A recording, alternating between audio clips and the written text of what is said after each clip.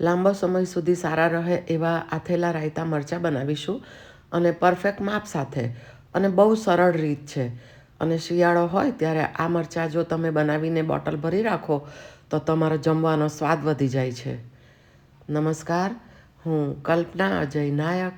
મારા કિચનમાં આપ સૌનું સ્વાગત છે. સૌથી પહેલાં તો આ 250 ગ્રામ મરચાં લીધા છે.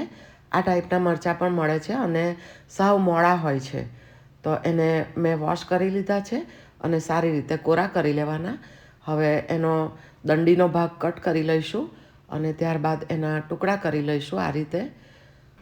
આ મરચાંમાં બીજનો ભાગ પણ ઓછો હોય છે અને સાવ મોડા હોય છે, એટલે કટ કરતી વખતે સાધારણ અંદર કડક ભાગ દેખાય તો એટલો આપણે કાઢી લઈશું.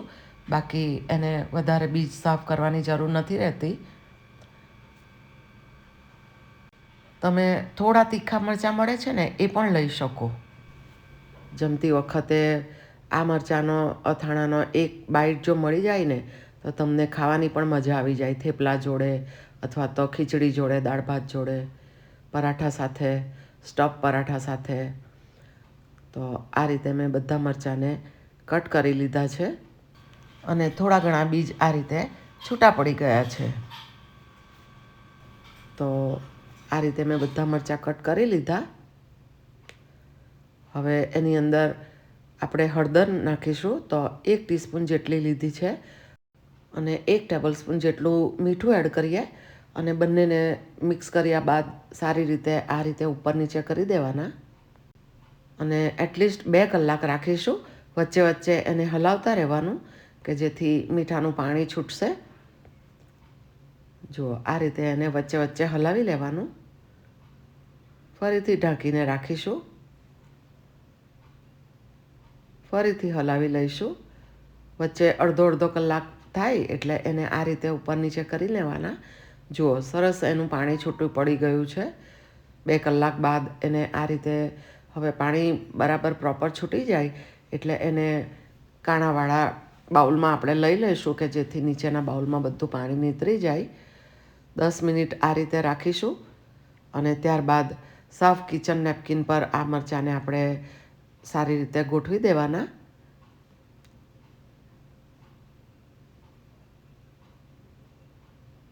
બધા મરચાં આ રીતે મેં લઈ લીધા છે અને ઉપર આ રીતે ફરીથી બીજો એક નેપકિન મૂકી દેવાનો અથવા તો મોટો નેપકિન હોય તો આ રીતે એને વાળી દેવાનું કે જેથી મરચાં એકદમ કોરા થઈ જાય. તો લગભગ 1 કલાક આ રીતે રાખીશું આપણે. 1 કલાક બાદ જુઓ, આ મરચાંમાંથી મોટાભાગનું પાણી કપડામાં એબ્ઝોર્બ થઈ ગયું છે અને મરચાં એકદમ સરસ કોરા થઈ ગયા છે. તો મસાલો તૈયાર કરીએ. તો 3 ટીસ્પૂન રાઈના કુરિયા લીધા છે, 2 ટીસ્પૂન મેથીના કુરિયા છે અને 2 ટીસ્પૂન ધાણાના કુરિયા લઈએ.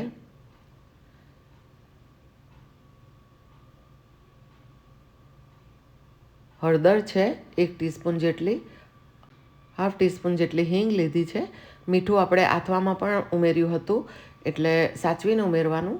તો મેં 1 ટીસ્પૂન જેટલું ઉમેર્યું છે અને 1 ટીસ્પૂન જેટલી વરિયાળી છે, લખનવી વરિયાળી લીધી છે, ચોક્કસ ઉમેરજો. અને 3 ટેબલ સ્પૂન જેટલું તેલ લીધું છે અને એને વઘારિયામાં ગરમ કર્યું છે અને સાધારણ હુંફાળું થાય ને એટલે આ રીતે મસાલાની ઉપર એડ કરીને ઢાંકી દઈશું કે જેથી મસાલાની સરસ સુગંધ અંદર બેસે. અને હવે સારી રીતે મિક્સ કરી લઈશું અને ત્યારબાદ આપણે જે મરચાંને સરસ રીતે કોરા કરી લીધા છે એ બધા મરચાં એડ કરી દઈશું. હળદર અને મીઠાવાળા મરચાં જે આપણે પ્રોસેસ કર્યો એ મરચાંને અંદર મિક્સ કરવાના અને મસાલા સાથે સારી રીતે મિક્સ કરીએ. સરસ મજાનું આપણું અથાણું રેડી થઈ ગયું છે. હજી એક ઇન્ગ્રેડિયન્ટ ઉમેરવાનું બાકી છે એમાં. જુઓ, જોતાં જ મોંમાં પાણી આવી જાય અને એક બાઈટ અંદર મૂકી દઈએ મોંમાં એવું મન થઈ જાય એટલા સરસ મરચાં છે. તો રસથી ભરેલું આ 1 લીંબુ લીધું છે મેં, એકદમ જ્યુસી છે. અને માપમાં જો કહું તો 2 ટેબલ સ્પૂન જેટલો લીંબુનો રસ તમારે એડ કરવાનો. લીંબુનો રસ પ્રિઝર્વેટિવ તરીકે કામ કરશે કે જેથી તમારું અથાણું બગડશે નહીં. જુઓ, હવે લીંબુનો રસ ઉમેર્યા બાદ આપણું સરસ અથાણું રેડી થઈ ગયું છે અને હવે એને સાફ કાચની બોટલમાં ભરી લેવાનું અને જમતી વખતે જો આ અથાણું તમારી થાળીમાં પીરસાય તો ભોજનનો સ્વાદ અનેક ગણો વધી જશે અને જમવાની પણ મજા આવી જશે. એટલા સરસ આપણા રાયતા મરચાં તૈયાર થઈ ગયા છે. અને આ મરચાં ફ્રીઝની અંદર 4 થી 5 મહિના અને બહાર 1.5 થી 2 મહિના સુધી બગડશે નહીં. તો આ રેસીપી તમને કેવી લાગી એ મને કોમેન્ટ બોક્સમાં જરૂરથી જણાવજો. અને શિયાળામાં તમે કયા પ્રકારના અથાણાં, એટલે કે આ રીતે મરચાંના, ગાજર, હળદર વગેરેમાંથી કયા અથાણાં બનાવો છો તે મને લખજો. અને તમારું ધ્યાન રાખજો અને આવજો.